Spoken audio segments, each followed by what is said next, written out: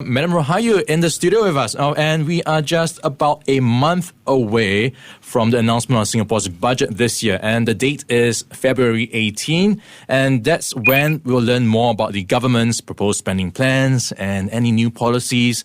And of course, we'll be wondering as well, what role can the Singapore public play in this budget process? And did you know you can actually give your comments to the government? That's all part of the annual feedback exercise done by REACH, which is the lead agency in facilitating this whole of government efforts to engage and connect with citizens. But what happens with all this feedback? How does it all get collected and how does it get passed on to where it matters? So we're going to get some insights into this with Mdm Rahayu Mahzam. She is the Vice Chairman of the REACH Supervisory Panel and a Member of Parliament for Jurong GRC. Morning, Rahayu. Good morning, guys. Such a pleasure to be here again. Well, it's a very busy time of the year for you. You actually wear multiple hats. You're also a lawyer in your day job, and you're also a mum of a young kid. Yes. So the start of the year must be the busiest time for you. Exciting with the start of school and, getting on to all the activities that's happening at the grassroots. So it's a busy period. All right, Rahayu. So some people might not be aware of how REACH works. So give us a bit more context and background behind this organization. It had its start in 1985. How has it evolved since then? Yes. So REACH is actually the National Engagement Unit, Engagement and Feedback Unit under the Ministry of Communications and Information. And basically it takes in feedback and everything that the Singaporeans give, through the different channels. We have a lot of engagement platforms, and what we have been doing over the years really is trying to get a lot of information from Singaporeans so that they can also contribute towards policy making. So, for example, in 2019, we reached out to about 61,000 Singaporeans through face-to-face conversations, through our listening points, as well as to our dialogue sessions, over 26 dialogue sessions and 100 listening points. And this allowed for us to gain a lot of feedback. And for the dialogue sessions, for example, I think about 5,000 participants over the period, and 70% were actually there for the first time. This is like 20% more than 2018. So this really showed how we are reaching out to a lot of people. And the feedback that's given is actually very useful. Okay, what have been some of the new ways that REACH has been using to reach out? We're all talking digital now, right? And people go online. So people do give us email feedback and all that. But now what we have created is also the WhatsApp groups. So they can actually give their feedback through the WhatsApp groups. And it's about 666 participants now. So as and when hot topics come, they would also give their points of views on matters. And I think this really helps. It's on the go kind of feedback, because it's just whipping out your phone and just sending it to that WhatsApp group, and that allows for that conversation to go on. Okay, so of course every year when budget comes around, before budget, you run this annual exercise to collect the feedback, and this runs for 6 weeks. It ends tomorrow. Walk us through what that process is like. How do you collect the feedback? Is it a questionnaire type of process? How do you actually collect everything and pass it on? So we have listening points, for example, a few listening points dedicated towards getting feedback for purposes of budget. So we've gone to the Raffles Place area. We've actually recently done one, inaugural one in VJC to get feedback from the youth. And really the whole point is to ask them specific questions, to give them some insights and info about some of the themes and the discussion points within the budget, and to hear from the public what their thoughts are. We've also had PreBudget conversation with Minister Indrani as well as Minister of State Sam Tan, who's also the chairman of REACH, to garner feedback from about 120 participants, and 1/3 of whom were youth. So that was good. And so this is the way we've been gathering the feedback, and also through our new WhatsApp channel. Okay, of course, I'm wondering, you get a lot of feedback. The volume is going to be huge. What type of volumes are we talking about? How much do you get? So far, from the listening points, we've gotten about 1,600 plus sort of respondents being involved, and 120 participants at the dialogues.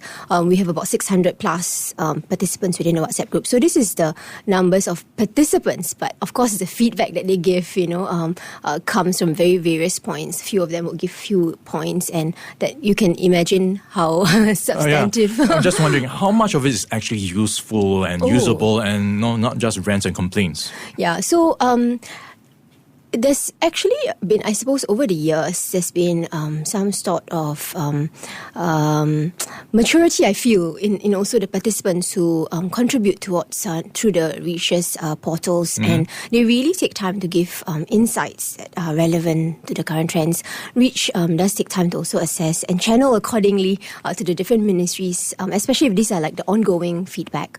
But for budget, Reach works together with MOF to really screen the ones to really assess to see what we can take in. And you see this happening even in Budget 2019, because I think there was some feedback about how we need to be more inclusive, more caring society. Then you saw the budget talk. Philanthropy was a big part of it last year. And that was also part that came up in the budget, SG Cares, and also how we could support the SMEs with on the digital front, and SME Go Digital also came up as part of the budget. So a lot of the things do come up from the feedback from people. But I suppose what we must understand is that the budget is something that is built on over years, right? It is a multi-year financial plan that actually prepares us for the future. So it doesn't mean that the feedback is given and then not seen in the budget, that is not taken in, because it's also something that may not be suitable for that time. So we encourage participants to just still continue giving their feedback, and where appropriate, we would see some of those changes happening over time. And we have seen that, so that's very encouraging. And I think the participants also keep coming back because they see that there's value in them giving them the feedback, and in actually participating in that process of also building the policies together with the policymakers. Yeah, that's a very good point, because budget is just 1 month away, and some people have question marks. I'm giving my feedback now. How does it actually influence what I'm going to be hearing 1 month on? Is it too late for them to give feedback? Well, it's never too late, because really it is work in progress constantly. And now, being in Parliament, how, after the budget comes out, we also have the Committee of Supply debates, and the budget is the broad picture, but there are many specifics in each ministry's work and on all the different policies and programs. And oftentimes we actually have that opportunity to question, to ask. And even if it doesn't get sort of adjusted immediately, you see the changes happen over time. And a lot of the developments of all different policies have really come from feedback from the ground. So I find that encouraging. Yeah. All right, we're getting a snapshot of the pre-budget feedback exercise from Rahayu Mahzam. She's the Vice Chairman of Reach Supervisory Panel and a Member of Parliament for Jurong GRC. And we'll continue the conversation after traffic. Money FM 89.3. Good morning. We are chatting with Rahayu Mahzam. She's the Vice Chairman of the Reach Supervisory Panel and Member of Parliament for Jurong GRC. And she is giving us a sense of what feedback she has been hearing ahead of the budget that will be unveiled on February the 18th. So Rahayu, looking at the type of data you've been getting, the feedback you've been hearing, what have been some of the hot button issues you've been hearing from this year? Anything different from the past few years? Largely, people are still concerned about their day-to-day bread and butter issues. We're seeing feedback from the three main themes of support for workers, support for families, and so support for seniors. So these are some of the areas that we're looking at. And so, for example, under the support for workers, we see a lot of feedback coming from them realizing, that there is that issue of the need for upskilling and how the economy is changing and all that. But also the challenges that they face in trying to go through those trainings, either time constraints or also the ability to get manpower to cover them. Employers also being worried that, if they train their workers, then the workers will leave, and then there goes their investments. So these are some of the things that we are hearing from that group of discussions relating to the workers. So it's really about what more support could be provided to actually help workers with their upskilling and retraining. Then when we talk about supporting the seniors, we've seen this about how the seniors are facing challenges in getting employment. So there's been feedback about how we can incentivize company to continue hiring. It's something the government has responded to in, increasing the retirement age and all. So these are some of the areas.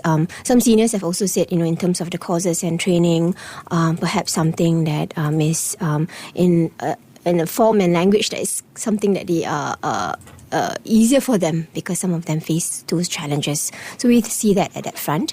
We have families and also feedback on supporting families of making the queues for BTO even faster, and it being more housing grants, so that it be more affordable. Support for caregiving, we have kids, right? And, because that's always a challenge, how to encourage people to have more kids by actually helping them going through that, better subsidies for childcare and all that. So these are some of the specific sort of topics. A lot of bread and butter concerns in the feedback, right? So actually, a lot of people are also looking out for the goodies. You alluded to some of them. Are you getting more feedback and requests this year? Are you hearing higher expectation of goodies this year? And even maybe the word elections being used in your WhatsApp channels? Well, we've seen some of that coming. But generally, the feedback has been fairly substantive in terms of how specifically the government can come in to support.